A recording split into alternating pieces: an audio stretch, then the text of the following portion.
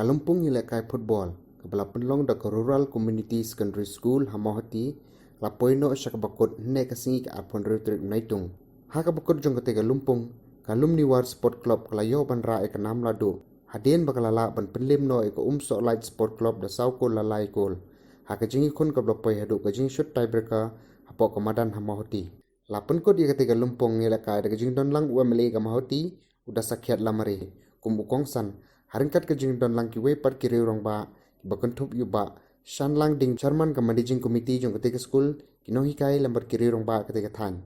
Ha ketika singi Kalumni War Sport Club, kabelayo ban ra ikan nam lado, kalayo ru ban khuri ka song pisa ka arbusan hajar tingka, kat ba umso light sport club, kabela syarem no ha ketika singi, kalayo ban khuri ka song pisa ka khatsan hajar tingka.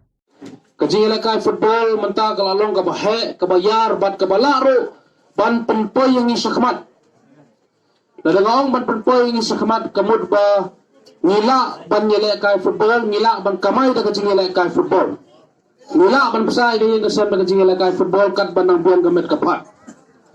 Tungiro ng ikimilanti ngaro kumunong may kamat jang gamawti konsulsi, kumunong may kamat o jang ping, nga don kajing ang mod lili nga don kata kajing kermen bat kajing kimilanti ka bakra ban yoi ki player ki samla ki bawan na kini kisinong kita jongi banpoy sudah sisulong lagi banpoy sudah kiway pat ki tournament ki bakamhe ki tournament na baginyo banpoy hapo TV sundan ngidon kata ka jiggerman ka baskem munday banpoy sudah kata ka thong ngidon kam pantri sistem ngidon kam ban pelud ya kapor hagamadan kamidon kata ka musim panyale